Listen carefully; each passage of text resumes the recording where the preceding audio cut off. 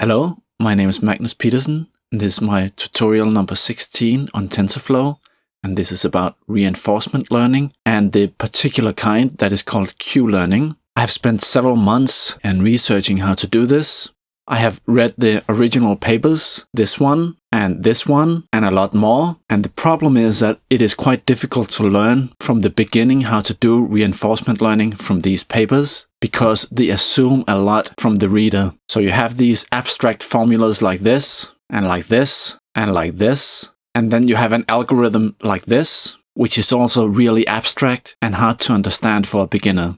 They also published the source code for these early versions of the system, but it is programmed in Lua and Torch, and there are very few comments, so it looks like this, and like this, and it's just very hard to understand what is going on here.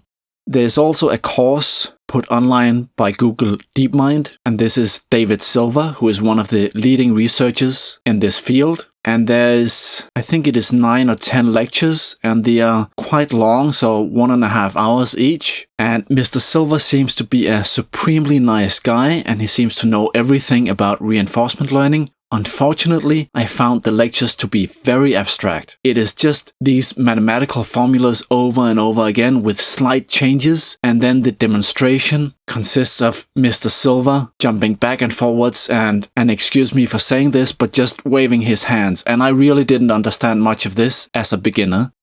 What I like is Python notebooks, and I saw this teaching method being used by some people at PyCon who put the videos online and put the notebooks on GitHub, and I really like this kind of teaching if the notebooks are polished and done well. So that is what I'm trying to do here, and it takes a long time to do this. Unfortunately, nobody seems to be doing this. It should be done by universities. It's their job, but they don't want to do it, and so I figured I had to do it. I have a donation button for it, but I only get very little out of it. So I have asked myself why I spend so much time on it, and I suppose it's a contribution to the world. But obviously I cannot keep doing this forever because it really takes too much time for me to do this. Anyway, let's get started. So in this tutorial, we will use the old Atari game from around 1980, and it's called Breakout. And I can demonstrate with just 3 images what the problem is that we're trying to solve with reinforcement learning. So we have this paddle down in the bottom of the screen, and we can move it left or right. And we have this ball, and we have to avoid dying, and that happens when the ball flies past this paddle. So we have to move the paddle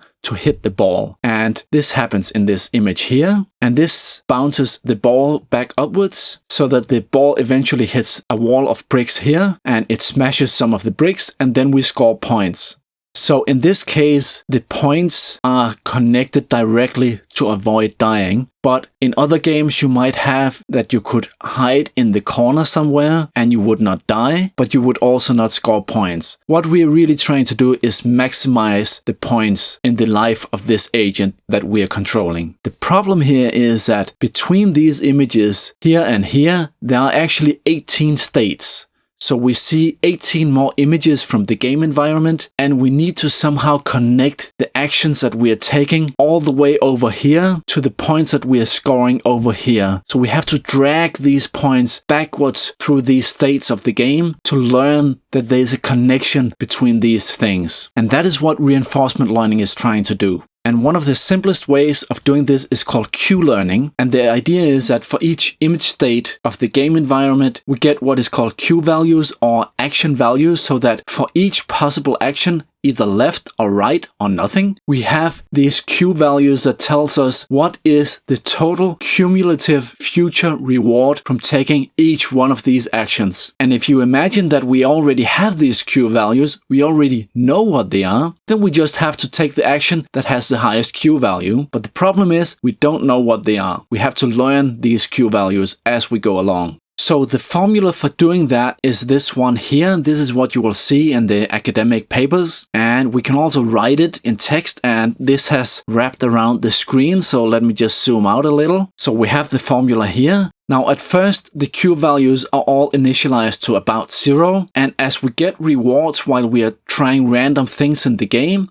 we want to update our Q values. So the Q value for a given state and a given action is the reward that we have actually experienced plus the maximum Q value for the next state, and we typically discount this with a value that is slightly below 1. We will use 0.97 in this tutorial, and what this does is that it distinguishes between rewards that are close in time and that are far away in time, and we prefer the rewards that are closer in time. That is what the discounting is doing. So let us see a simple example of this. In this case, all the Q values are initialized to 0. So at first, all the Q values for going either left or right or doing nothing is 0 here, and it's 0 here, and 0 here. And what happens here is that we actually get a reward. We score a point by smashing the ball into the brick wall here. And now we want to drag this Q value back to the previous states. Now, if we go back and look at the formula, we have the max Q value for the next state, and that is 0 for this state here, because the following state has Q values of 0. So this one is 0, and then we have the reward of 1. So the new Q value for this state down here is 1. Now the state that comes immediately before this is not shown here, but the formula would use the max Q value for the next state, which is now this one, and that is now 1. And we discount that by multiplying with 0.97, and there was no reward in the previous state, so the reward is 0. So the Q value for the previous state is 0.97. And because all of the Q values here were initialized to 0, what we get is an exponential decrease of the Q value here, so that when there's 3 states between here, we get 0.97 to the power of 4. That is about 0.885. And then there's another 3 states between these, and then the Q value for this state here is 0.97 to the power of 8, and so forth. This was a simple example where all the Q values were initially 0. You have to remember that there's a Q value for each action, and here I just showed it for the state, sort of to get you to understand that we are trying to drag this Q value back through the states. So now let's show a more detailed example. So this shows the Q values that have been trained for 150 hours. And in the implementation of the Atari game environment, it actually has 6 possible actions. It has no up, which means no operation, do nothing. It has fire, and I think this also does nothing, but I'm not sure. And then we have move right or move left. And then we have move right with a fire or move left with a fire. And I think these are the same as just right and left, but I'm not entirely sure. I guess you could do a little experiment to try and figure out what these are. But anyway, we have a state in time step t, and then we have the immediately following state in time step t plus 1. And as you will see below, we will use a neural network to estimate the Q values. And for this state here, it has estimated that the highest Q value is for no operation, which is 2.900. So this is the action that we have taken. And this moves us into state t plus 1, where we score not just 1 point, but we actually score 4 points. So the score goes up from 79 to 83. But in order to stabilize the training, we have limited this to 1 point. So what we have to do is we have to update this Q value here using the formula that you saw above. So we have the reward, which is limited to 1 point. Then we have the discount factor of 0.97 multiplied by the max Q value from the next state, which is this one here, 1.830, and this gives a new Q value for the no up action in state t of 2.775. So what we want to do is we want to update our function approximator, our neural network, so that instead of outputting 2.900 here, it should output 2.775 whenever it sees this image here. And we can also write this with the mathematical formula that we saw above. So we have the state, which is the image that you just saw, and we have the action, we have the reward and the discount factor, and then we have the max Q value for the following state, and we just plug in all the numbers that you just saw, and it looks like this. And the idea is we want to do this again and again and again, millions of times, until finally the Q values are quite precise at estimating what actions should we take whenever we see an image from the game environment. And hopefully the function approximator that we will use for this is also good at generalizing, so that when it sees images that are somewhat similar, it will generalize and say, oh, I think the Q value should be this and that.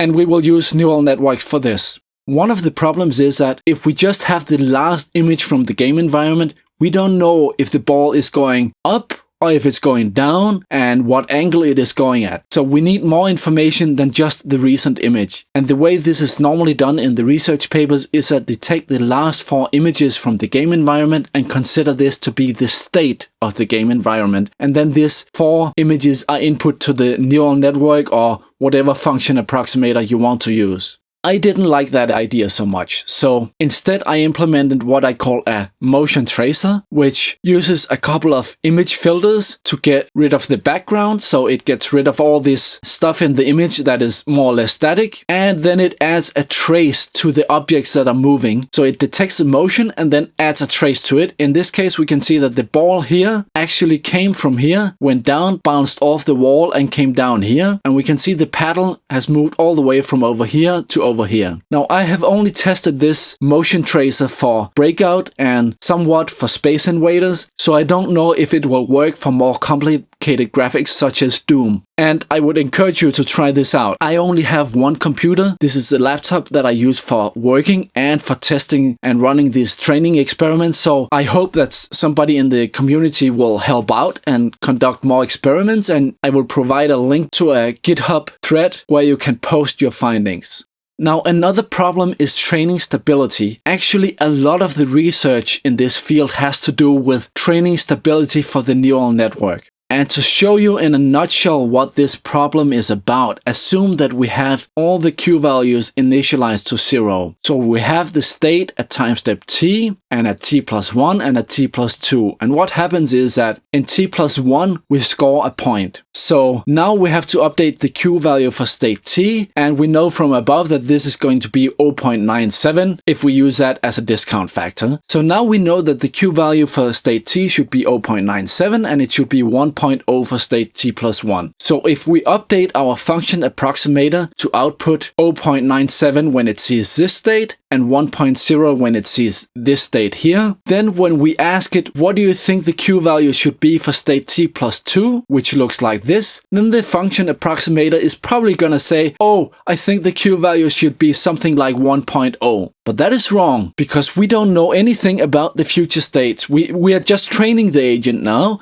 and the Q value for this state here should still only be 0. And what you will see if you update the function approximator or the neural network on each time step that you are executing is that the Q values that it is approximating will grow every time that you get a reward. And eventually it will just explode and you will get very large values. And it's completely unstable and it doesn't learn anything. And the solution to this is to use what is called a replay memory, where we store many thousands of states, and then we will sample a random batch from this replay memory and use that batch to update the function approximator or the neural network. And this breaks up the correlation or the similarity between the states. So here we have the flowchart of what we really want to do. And we actually have 2 loops here.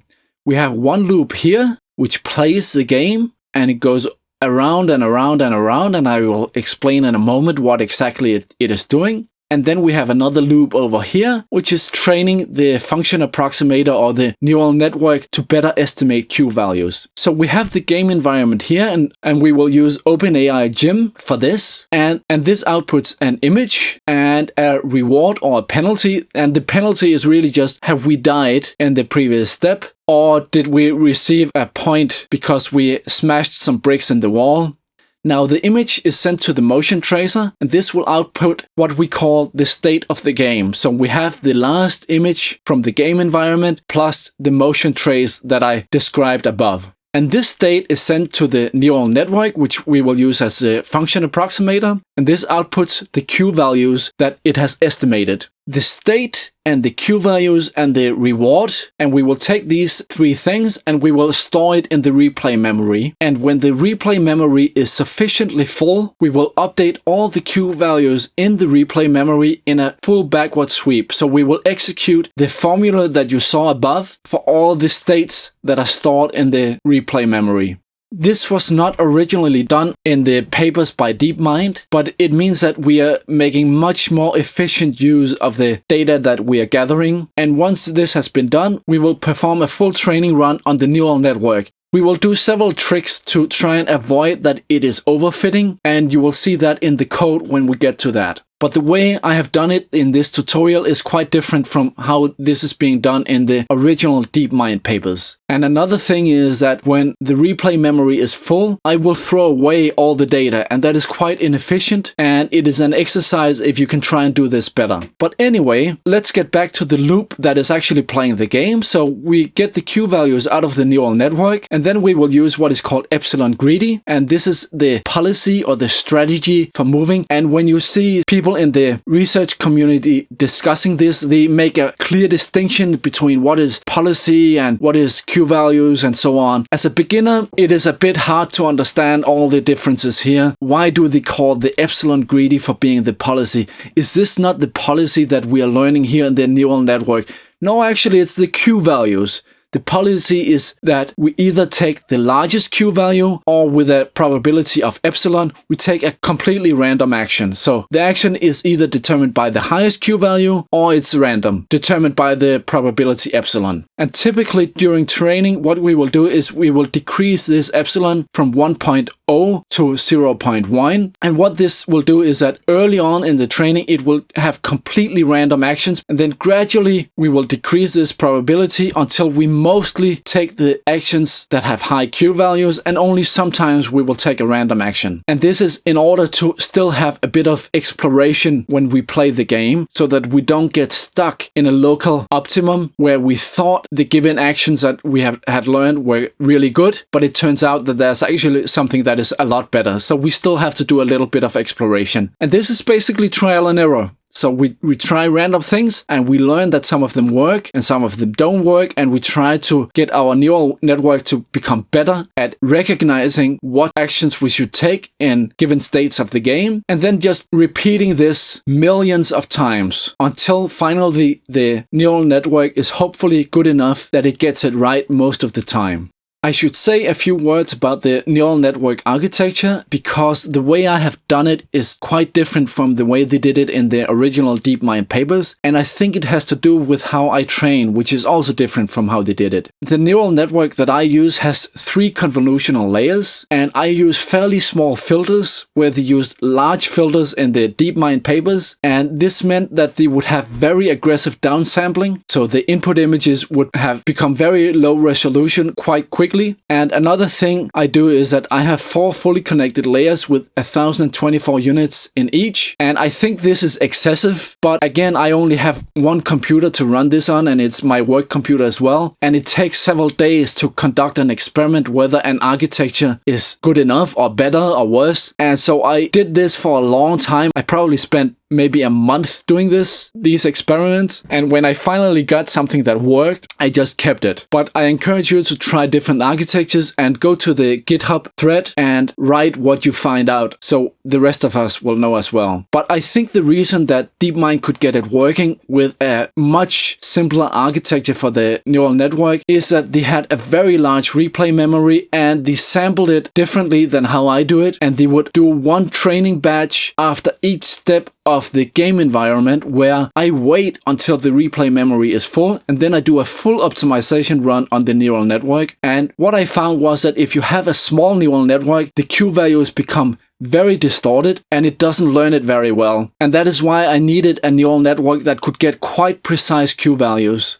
Okay, so before you can run this, you first need the TensorFlow installation to work, because that is what we use for the neural network. And then you also need to install the game environment, and I use OpenAI Gym, and I use Anaconda. So what I have done is I cloned the TensorFlow environment so that I have a new environment for TensorFlow and OpenAI Gym, and then I activate it and I run pip install this line here, and this installs it. And I actually have 2 environments. I have one for the CPU version and one for the GPU version. And the reason I use OpenAI Gym is that it is so easy to install. I'm actually not that happy about OpenAI Gym. I think it needs to be a lot more polished.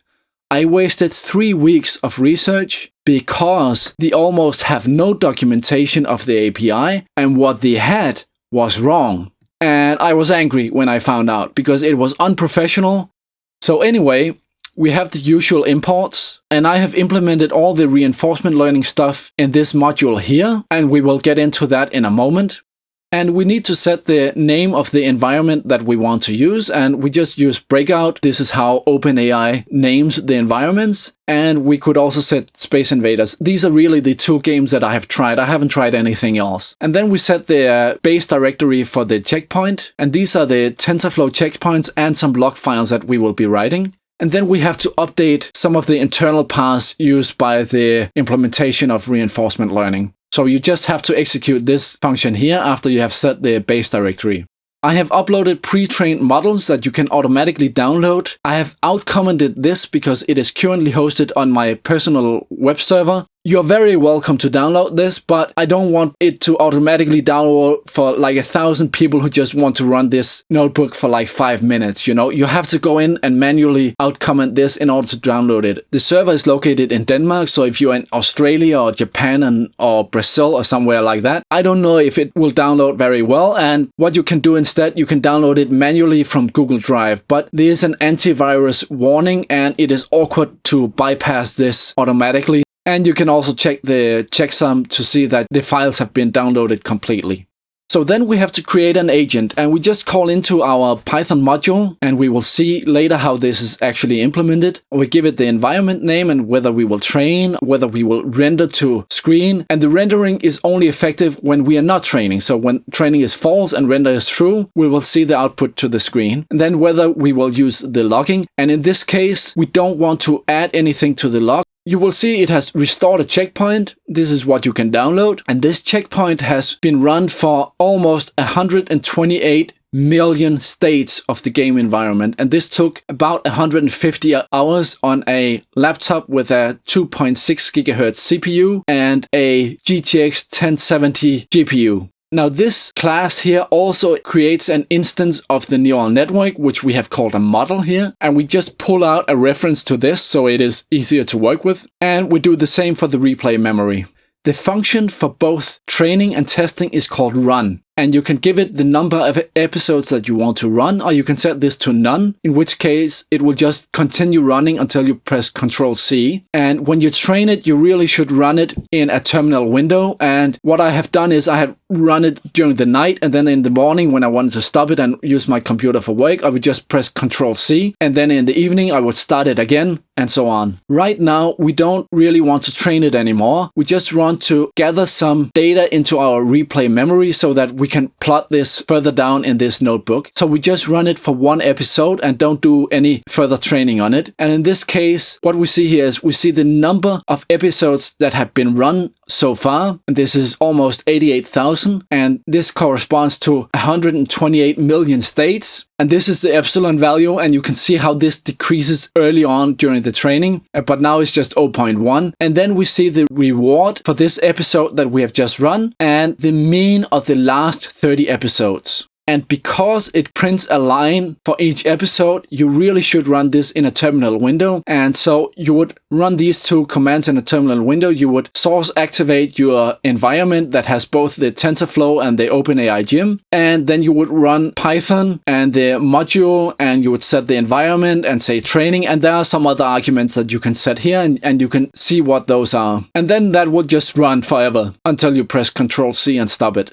And during the training, it logs certain values, and you could use TensorFlow and TensorBoard to log this, but it's unnatural because it is only really intended for logging data that flows through the computational graph. And we have Q values and rewards, and I found it easier to just make a little Python code and two classes to do the writing and reading of these logs. So we instantiate these objects here, and we read the logs that we have created during training, and these are also included in the files that you can download. And when we plot the reward, it looks like this. And what you see is from episode to episode, it really varies a lot. It goes all the way down to, I don't know, let's say 20 or 30 or whatever, and all the way up to 300 or 400. And we also have the mean of the last 30 episodes. So this is for 128 million states of the game environment that we have processed. And you will see that the average sort of trends up somewhat. I don't know why it jumps here. I think maybe that is because the mean of the last 30 episodes, if I have restarted it here, then the mean would be of the last 1 or 2 or 5 episodes. And if they have been particularly good, then that would be very high. I think that is what has happened here. We can also plot the Q values during training. So these are average Q value in the replay memory before each optimization of the neural network. So whenever the replay memory is full, we log the mean value to the log file. And this is what we have shown here. So again, 128 million states or 150 hours of training. What we see is that it very rapidly goes up. So this learning algorithm that I have made here, which is slightly different from what they have in the original DeepMind papers, it learns very rapidly and then steadily until, say, maybe 40 million states have been processed. It's quite regular improvement, and then it starts to become a little more irregular, but it still trends upwards. And one of the exercises is, what if you continue this? Will it just continue going upwards and get higher and higher Q values? And will this actually translate into better and better performance in the game? Or are the Q values just becoming higher and higher, but are they really distorted and don't actually lead to better performance in the game? So these are exercises I encourage you to try out and write on the GitHub thread what you find out, so the rest of us can know as well. Now, during testing, it is normal to lower the epsilon value. So this is the probability for taking random actions. So you can set it to 0.05, or in this case, we have set it to 0.01. And then we have to go into the agent and set it to training is false, because we don't want to train anymore. Now we want it to test. And then we also reset the episode rewards. And then we set the rendering to true so that it is displayed to the screen what is happening in the game. So I have already run this once, but let's try and do it again. And you will see that it plays the game here. So it is moving the paddle, trying to hit the ball.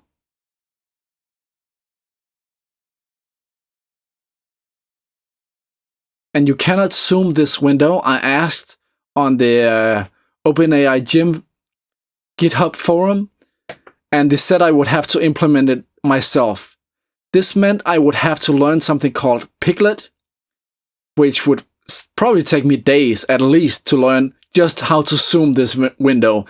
And this is something you really should be able to do in an open source library specifically made to help the research community, funded by a billionaire who spent $1 billion on it.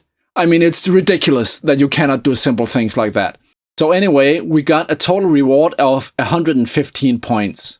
And this is sort of random. The epsilon greedy policy is slightly random, and the game environment is also slightly random because it randomly repeats either 2, 3, or 4 times the action that we are selecting. In order to get a more accurate measurement of what is the reward that we can expect when we play this game with the agent, we need to run many, let's say 30 or 50 or maybe even more. So let's say we do that. We first reset the episode rewards that we have recorded, and then we set the rendering to false, so it runs a lot faster. And then we run 30 episodes and we get this down here. And we see that the average reward for one episode was about 116 points. The lowest was 37 and the highest was 362. We can also plot a histogram, and this is very easy to do in a Python notebook, and we get all the episode rewards for the 30 episodes here. And if you plot more of this, sometimes it looks slightly like a log normal distribution. So I don't know if somebody who is gifted at statistics maybe has some deep insights into why this happens. I don't know. So let's show some example states. And to do this, we need 2 helper functions. We need one for printing the Q values, and we need another one for actually plotting the states. And we take the Q values from the replay memory that we recorded before, and we take the minimum Q values for each state, not across all states, but for each state. That is why we have this axis equals 1 here. We also take the max Q values, and we take the difference. And we use these to look up indices into the replay memory for the highest Q value, the highest difference, and so on. Oh, in this case, we actually use the rewards to look up the index, and we take the highest reward. Because we have limited the rewards between -1 and 1, it just takes the first reward that equals 1, and it has index 40 into the replay memory. So what we can do is that we can plot the states, 5 states before and 3 states after. We plot all those states and we print the Q values. So the state looks like this. So we haven't scored any points yet, but we see the ball here and it is heading towards the brick wall here, and it is moving closer and closer and closer and closer. And here it starts to hit And here it has hit, and we have scored 1 point. And look at the Q values here. So this is before we have scored the point, and the Q values they're more or less the same. They're about 1.76. And this means that it doesn't really matter what action the agent takes, because the future rewards are gonna be more or less the same. And actually these values are so small that it is probably within the error range of what the neural network is capable of estimating. And then when we have scored the point, you will see that the Q values immediately drop by about 1. So this matches what we saw above on how the Q value formula works. We score a point here, and we need to drag that point back to the previous state up here. And we do that with the Q value update formula, so that this one is the reward, which was 1. And we don't see that here yet because the reward is achieved between this state and the next one. So it hasn't updated the graphics yet with this 1 number here. But we get the reward in this step between this state here and the following. So the Q value becomes 1 plus discount of 0.97 multiplied by the maximum Q value of the next state, which is about 0.76. And this means that the Q value in this state here is about 1.76 or 1.77, something like that. And here is another example where we take the highest Q value. So we use these arrays that we prepared above, and we take the index as the argmax that has the highest Q value. So this is an index for the state that has the highest Q value. And then we can plot that state and the following 5 states. So the state looks like this, and we see from the motion trace that the ball is here, and the Q values are about 2.8, 2.5, 2.3, something like that. And what we see here is that it has actually not taken the action with the highest Q value, and this is the epsilon greedy that you're seeing, that so that with a probability of 0.01, so every 100 steps in the game, roughly, it takes a random action, and in this case it has taken the left action instead of no operation, which actually has the highest Q value. And what we see in the next state is that it has moved very slightly to the left, and sometimes it will move a little and sometimes it will move a lot. This is because of the OpenAI gym randomly repeats between 2 or 3 or 4 times the action that we're telling it to do. And then in this state, it has selected no operation, so in the next state we would expect the paddle to be in the same position. Let's have a look. It is actually not. It has moved a large step to the left here. Why is that? That is strange. I don't know why. I have debugged my code, I have debugged OpenAI's code, and I cannot find the problem. I have also tried and print the Q values from a time step before and after, and 2 time steps before and after. Maybe because let's say I could have had a bug in my code that I have recorded the replay memory wrong. I have mismatched the Q values from the states. I cannot find what the problem is. So if there is no bug in my code and no bug in OpenAI's code, and OpenAI's code is really just a fairly simple wrapper around something called the Atari learning environment, or ALE, then maybe it's a bug in ALE. I don't know, but it's an exercise. I would like you to also try and debug and see if you can find out what the problem is. And you can also say that maybe ALE has done this on purpose so that there's more randomness in the environment. I don't know. As it turns out, we are still able to learn how to play the game reasonably well, but if there is a bug somewhere, maybe we could learn to play it even better. Anyway, let's move on to the next example. This is loss of life. So this shows an example where the ball misses the paddle, and we have shown the 10 states leading up to this. So we see the ball coming down here and the paddle is all the way over here. So of course we should just move it left, left, left so that we hit the paddle. But we move it left and left and left. But oops, we moved it too long. And we did actually want to move it left, but maybe this is the bug or feature or whatever we just talked about, or maybe this is because the OpenAI gym sometimes moves 4 steps, sometimes only moves 2 steps.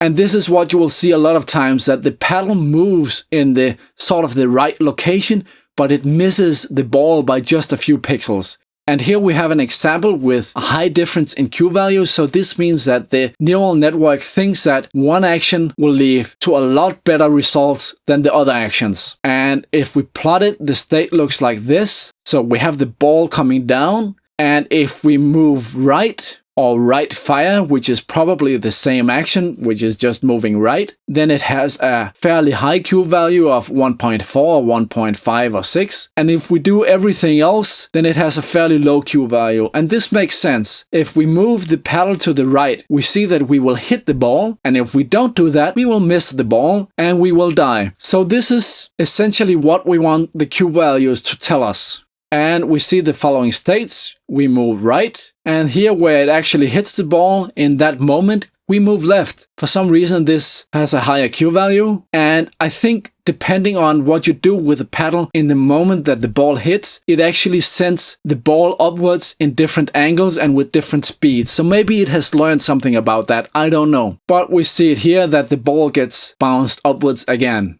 And we can also see the smallest difference in Q values. So again, we had an example above with something like this. But what it means is that it really doesn't matter what action is taken. It will all be more or less the same reward that is obtained. And if we plot the states, it looks like this. So at this point, it doesn't really matter. I suppose it has plenty of time. The ball is moving very slowly downwards. We can see that there's not much spread in these dots here. So we have plenty of time to move the paddle, and it's lazy and it doesn't care. Oh, I can just stay here forever. That's fine. And then suddenly it starts to realize that, oops, I have to start moving left. But it realizes it probably too late. And if we plot more of these states, it might actually miss the ball. If there is indeed a problem here, then you could try and tune all the hyperparameters for the neural network and for the training algorithm and all that. And you could also do more advanced analysis and try and figure out why is it exactly that it is going wrong here.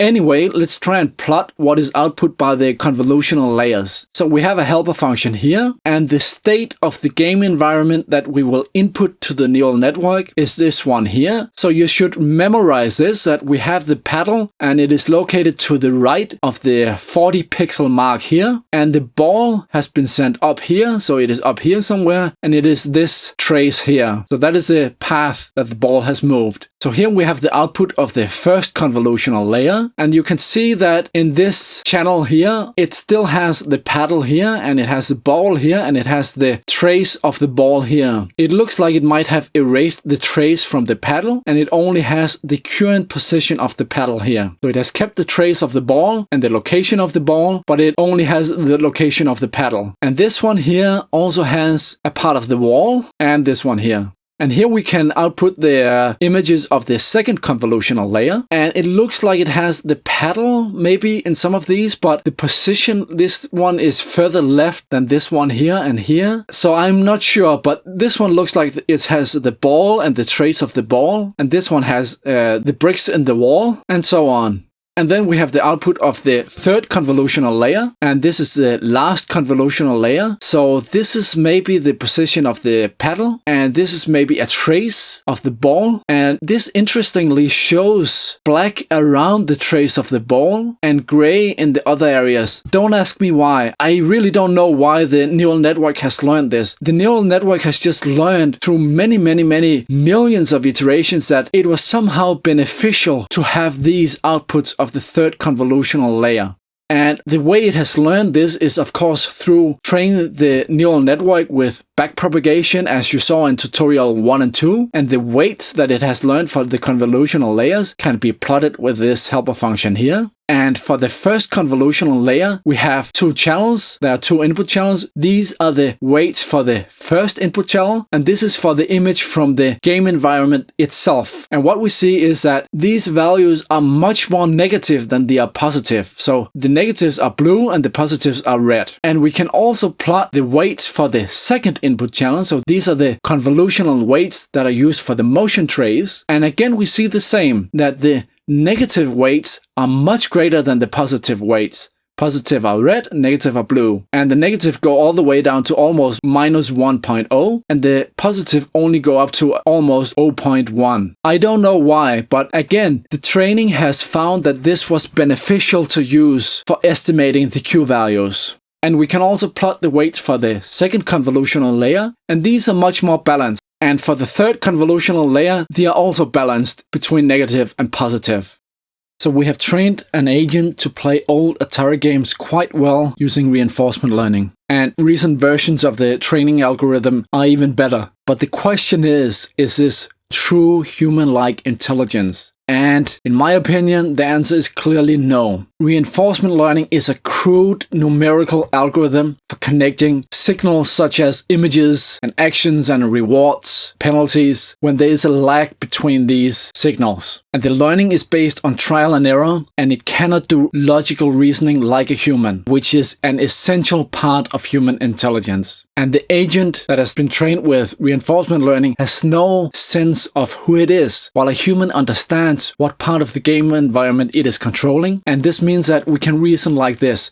A, I control the paddle, and B, I must avoid dying, and this happens when the ball flies past the paddle. So this means that C, I must move the paddle to hit the ball, and D, this automatically scores points when the ball smashes bricks in the wall. And a human would first learn these basic rules of the game and then try and refine the eye-hand coordination to play the game better. Reinforcement learning really does not understand what is going on in the game, and it merely tries to improve this sort of eye-hand coordination until it gets lucky and does the right thing to score more points. This means it cannot reason about the game like we do. I must hit the ball hits the wall, that smashes a brick, that scores a point. Ball comes back down, I must hit the ball again. Reinforcement learning doesn't reason like that. Furthermore, the training of this agent took almost 150 hours of computation time, and if the game had instead been played at normal, real-time speeds like a human would play it, then it would have taken more than 1,700 hours or more than 70 days and nights for the agent to learn how to play this game. And logical reasoning like a human does it is much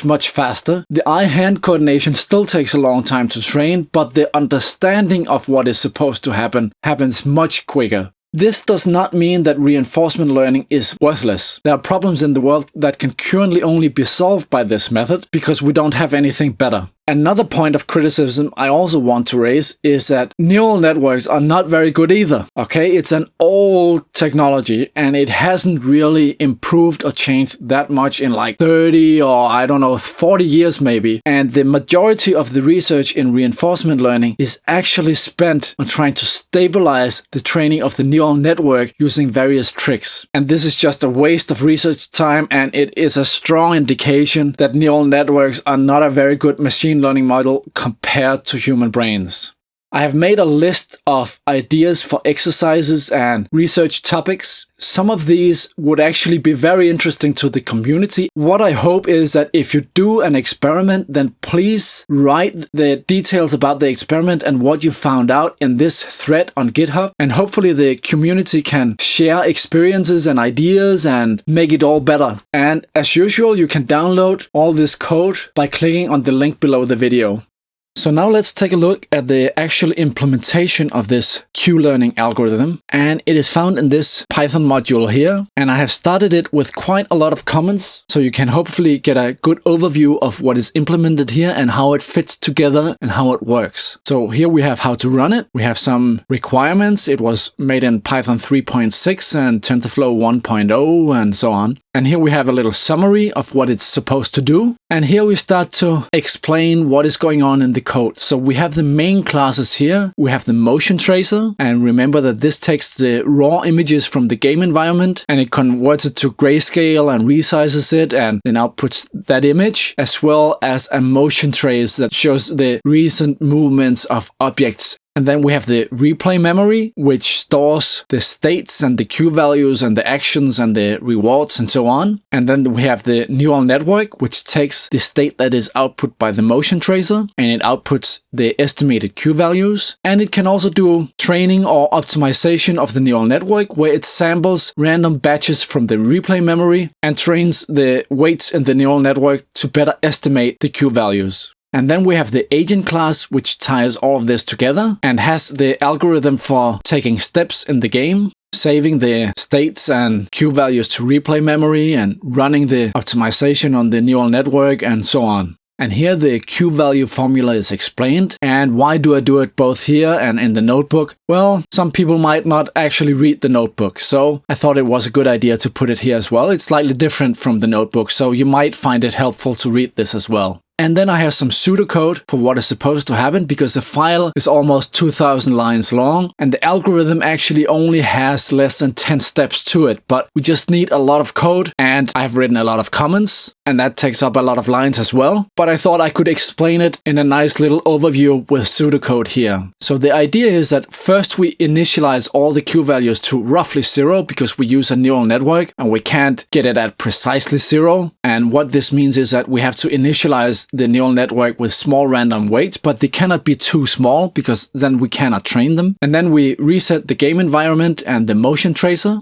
And then we get the state from the motion tracer, and this has 2 greater scale images, as we have seen previously. So the first is of the game environment, and the second is the motion trace. And then we input the state to the neural network, so we estimate the Q values. And then we either take a random action with probability epsilon, or we take the action with the highest Q value. And again, this is called the epsilon greedy policy. And then we add the state, the action, and the observed reward to the replay memory. We also add some other things like, have we lost a life, and is it the end of episode, and things like that. We do that in this step here. And when the replay memory is sufficiently full, we first perform a full backward sweep to update all the Q values with their observed rewards. And then we perform an optimization run of the neural network. And this takes random batches of data from the replay memory, and it uses it to train the neural network to become better at estimating Q values. And when this is done, we save a checkpoint for the neural network so we can reload it later. And then we input the recent image of the game environment to the motion tracer and repeat from step 3.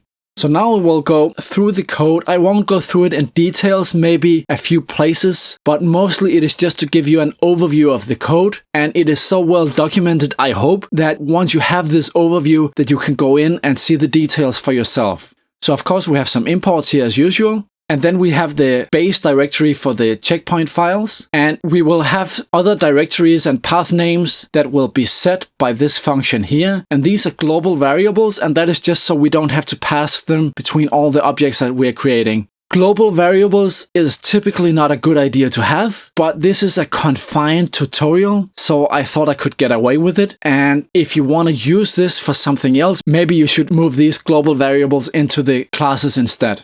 And here we have the internet web addresses for the checkpoints, and this is from my personal website, as I explained previously, and the function for downloading it, depending on the environment name. So this just maps the name to the URL. And here we have a small base class for logging data to a text file during the training. And here we have subclasses. So this is for logging the rewards for the episodes during the training. And this subclass is for logging the Q values during training. And here we define the constants for states. We can set the height of the images in the states, and the width, and the number of channels. And then we define the shape of an array for a state. So this is just the 2 grayscale images that we have seen many times in the notebook. These are just the sizes in pixels and the fact that we have 2 of those. Here we have some helper functions. This one converts from color to grayscale, and I just use a formula that I found on Wikipedia. It has something to do with light intensity or something like that. And here is the helper function for resizing the image, and I found it easiest to just use the function from SciPy.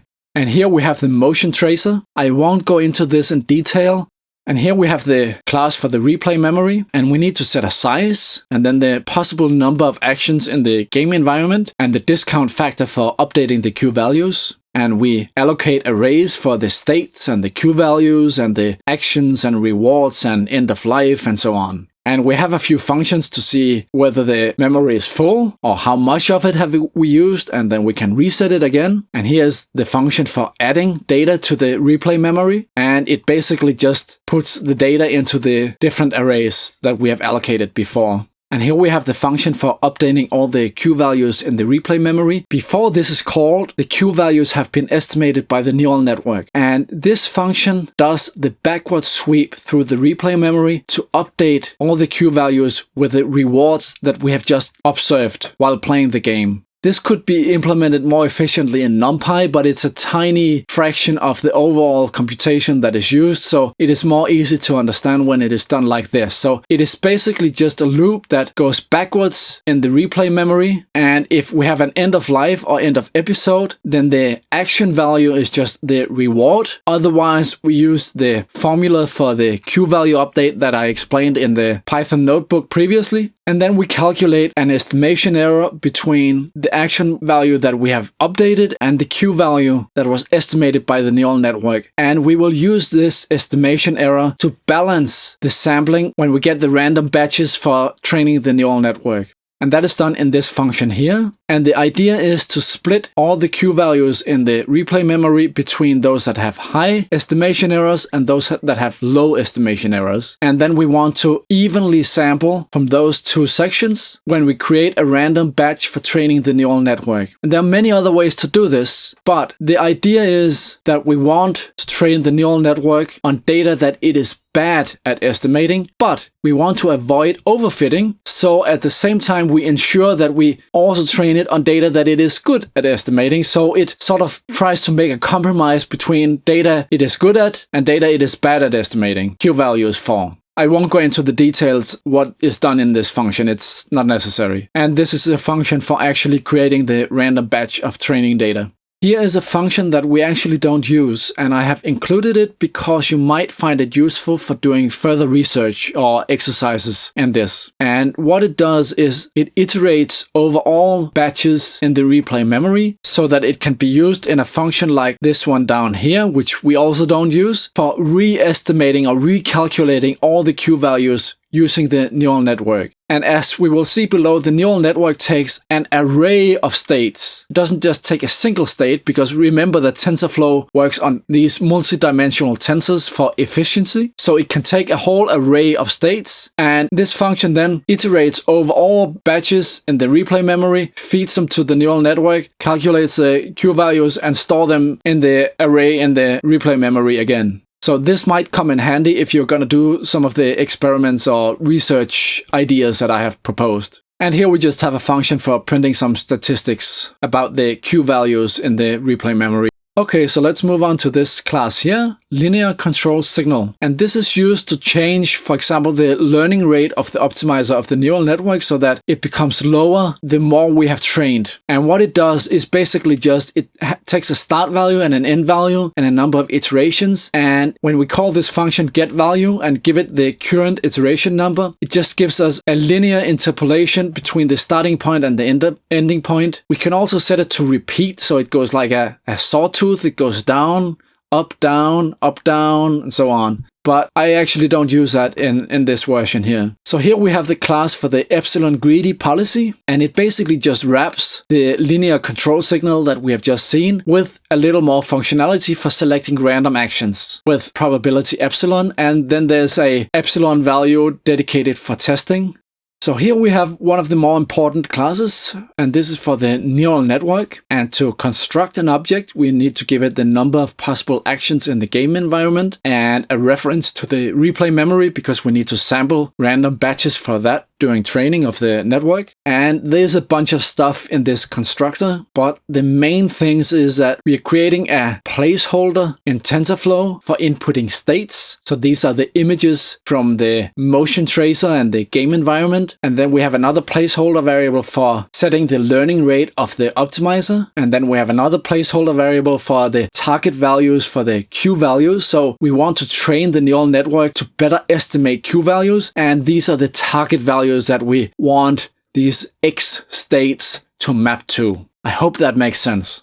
And here we have a small hack, because we want to save the state counter and the episode counter. And instead of doing that in Python in some text file or whatever, we just save it in the TensorFlow graph. And it's a bit of a hack, but it works. And we just need these little TensorFlow operations to increment these counters as well. And then we can run them, as you will see below. And this means that we will save and restore these counters along with the checkpoint for the graph itself. And this is the initializer that we're using for the layers in the neural network. And this is kind of important. Now I'm using PrettyTensor as I've done in many of the past tutorials. And if you don't use a custom initializer, it starts out by making very large estimates for the Q values and you cannot train it then. So we need to set a custom initializer. And what is important here is that the random values for the weights in the neural network cannot be too small because then we cannot train, and they cannot be too large because then the neural network will output Q values that are too high, that are much greater than 0. And if you remove or add layers to the neural network, you will probably have to change the standard deviation here. And I give a suggestion for a range that you can try, so that when you use the neural network with random weights, it has to give Q values at first that are close to 0. Let's say 0.001 or 0.1 or whatever, something like that. Not too big, not too low. And if you see something else the first time it runs the training on the neural network, then you will have to modify this standard deviation. Okay, so now we use PrettyTensor to build the neural network, and we first have to wrap the input for the states. These are the images from the game environment. And once that is done, we can add convolutional layers like we have done in tutorial number 2. And this follows the architecture that I discussed when we looked at the Python notebook previously. So we have 3 convolutional layers. The kernel size or the filter size is 3 by 3 for all of them. And the stride, that is the number of pixels that we move in each direction whenever we slide the convolutional filters across the input images. It is 2 in the first 2 convolutional layers, and then it is 1. And what I found was that if you downsample too much, the way I am training the neural network here becomes confused about the Q values, and they become distorted and it can't really learn it very well. Similarly, I found that you need quite large fully connected layers. I think this is probably excessive because I have 4 fully connected layers with 1024 ReLU units in each. And then there's a fully connected layer for the output that actually estimates the Q values. But again, I found that significant precision was required for this kind of training. But I encourage you to do more experiments so we can learn more about what is a good neural network architecture. And I also discuss that in some of the comments here. And you know, the funny thing, some people think that comments in code are bad. There was this whole discipline of coding that said, oh, you should be able to understand the coding from just the code. No comments. I think that's moronic. There are so many considerations when you write code. First of all, you're trying to explain to your future self so that in 3 years from now, you know how it works. More importantly, you're trying to explain it to somebody else who doesn't know how the code works and who doesn't have a big overview of how everything fits together. Thirdly, you have had so many considerations when you have written this code and you have tried things, and there's a reason you choose this data structure instead of that one, and that you write the algorithm this way or the loop that way or whatever. There's so many considerations that if you don't write them down as a comment, those considerations are lost and you will forget them, and whoever else is going to work on the code will not know them anymore, and they will repeat the same mistakes that you originally made when you made the code first. And I really think it's a pity. No, it's a shame. It's a damn shame, just to be a little dramatic here, that software engineers are not taking more pride in the work that they are doing, that they are not polishing like a master carpenter would polish his work. That is how you should think about it. I don't know why this is not encouraged. I also have a PhD in computer science. I don't recall ever having had an instructor or a teacher or professor teaching good coding principles, good commenting principles. I had a class once, many years ago, about, design patterns and object-oriented design and all that. But the nitty-gritty stuff about writing good code, I haven't ever seen a course on that. And it's just a pity because, man, people are bad coders. It's just incredible. And it's so difficult to read other people's code when they don't put more effort into it. And it's an iterative process. It takes a lot of time and effort. Polishing your code, writing good comments is not 2% of development time, it's 20%. There's a huge reward in doing this. The amount of time you're saving for others is tremendous. And I go a little overboard in this because it is a tutorial. If you are writing this for your coworkers, obviously you would probably not go as far with the comments that I have done. But what we saw in the DeepMind code, for example, is just too little. It's only the small group of people who have written that code code who knows what it's doing. And I have seen people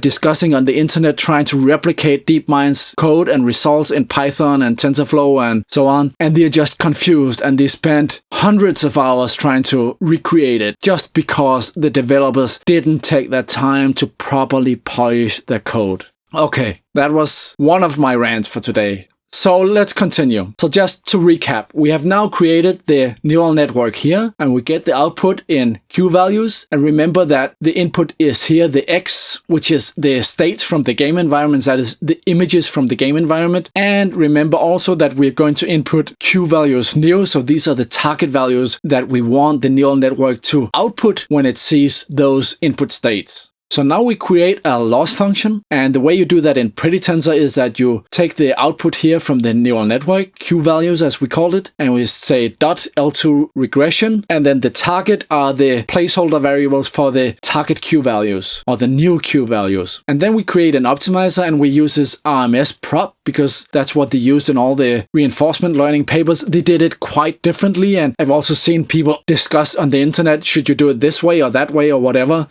I didn't really experiment a lot with this. I tried ADAM and I tried gradient descent, but it was a very early version and I couldn't really get it working. That might just have been because there were other problems in my code at that time. So you can try other optimizers if you like. And we set the learning rate to the other placeholder variable because we want to change that during the optimization. And then we just have this minimize the loss function here. Then we need a saver for saving and loading checkpoints. And then we need a TensorFlow session. And then we call the function for either loading a checkpoint or initializing all the weights and variables with random values. And that is what you see here. And this was explained in one of the early tutorials, I believe. And here's the function for saving the checkpoint. So here we have the function for getting the Q value. So we take the states. These are output by the motion tracer. Remember, these are two grayscale images. So one image like this and one image like this.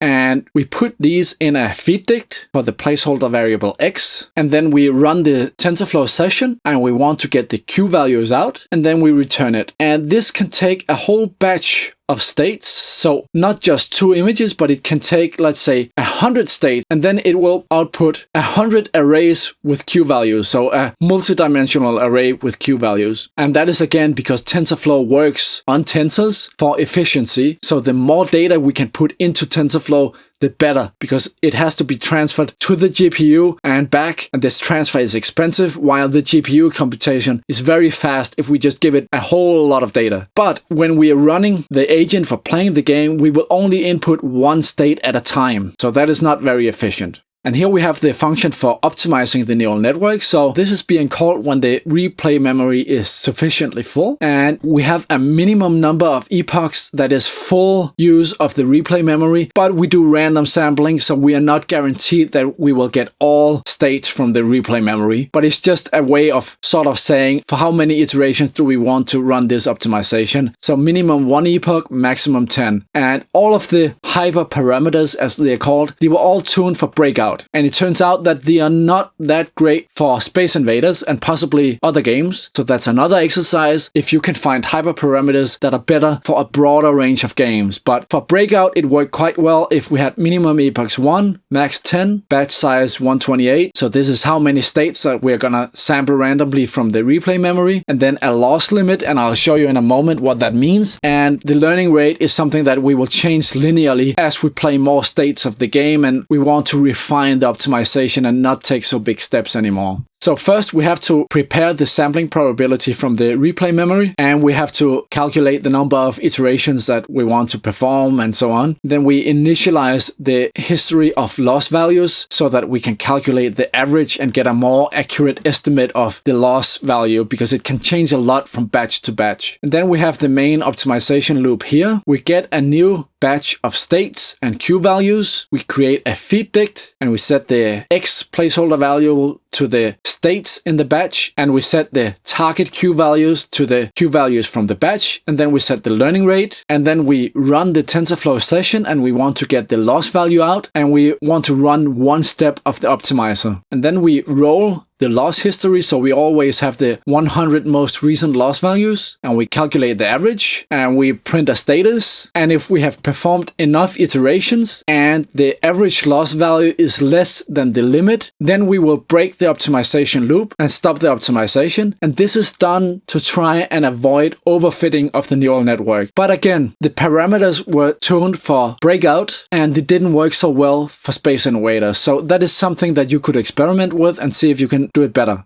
And then we have a bunch of small helper functions for getting variables inside the TensorFlow graph and tensors and getting the counters for the states and episodes and increasing them and so forth. This is just small functions.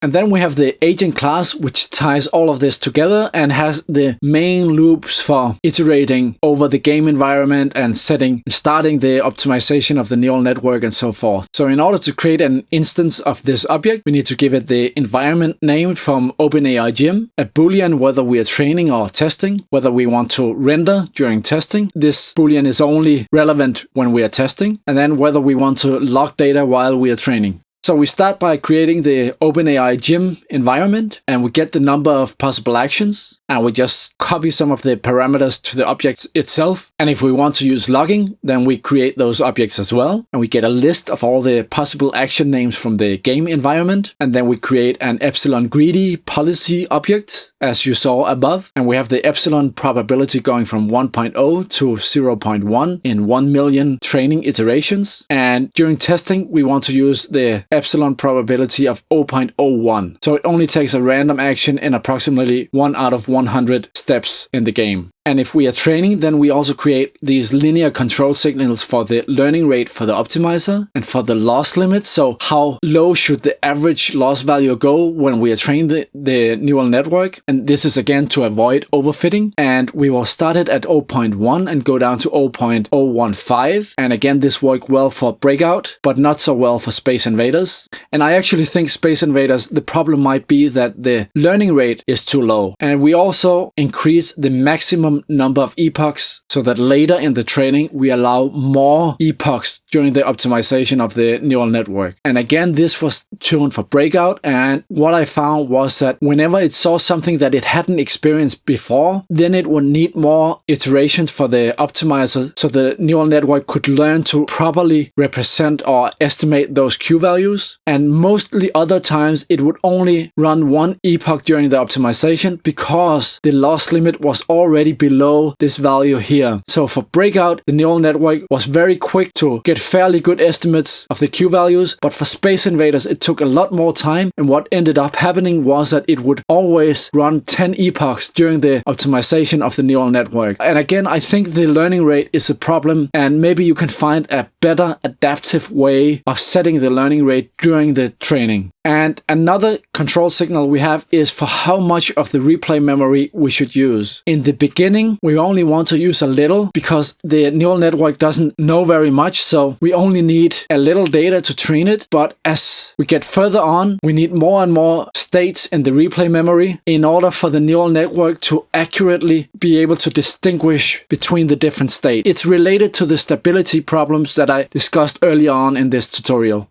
And the replay memory takes up a lot of RAM. With these standard parameters, it takes up more than 3 gigabytes of RAM. So we only allocate it if we are training. And what you saw in the Python notebook is that we hacked it a little so that we pretended we wanted to do training so we could fill the replay memory and then plot the states in the replay memory. And here we create the object for the neural network. And then we initialize a log of the rewards that we have experienced in the different episodes of playing the game. And we also have a little function for resetting this, which we used in the Python notebook. And here we have the function for running the agent. And this is used both for training and testing. So as I explained before, you can set the number of episodes or set it to none, in which case it runs forever and you have to stop it with Control-C. So first we initialize this boolean here to indicate that the episode has ended, and this is just so that when we get inside the loop, we will restart the game environment. And here we pull out the counter for the number of states that have been processed and the number of episodes. And remember that we have stored these inside the TensorFlow graph so that they would be saved and restored with the checkpoint. So that if you stop and restart the training, you get the same counters again. And here we have the main loop. And if there's a game over or end of an episode, then we reset the game environment, we get an image out, and then we create a new motion tracer so it's a fresh one. It doesn't have any traces from the previous life. And then we set the reward for this episode to be 0. And then we increase the counter for the number of episodes, and we get the number of lives that are left. And then we get the state from the motion tracer. So this is the 2 images from the game environment and the motion trace.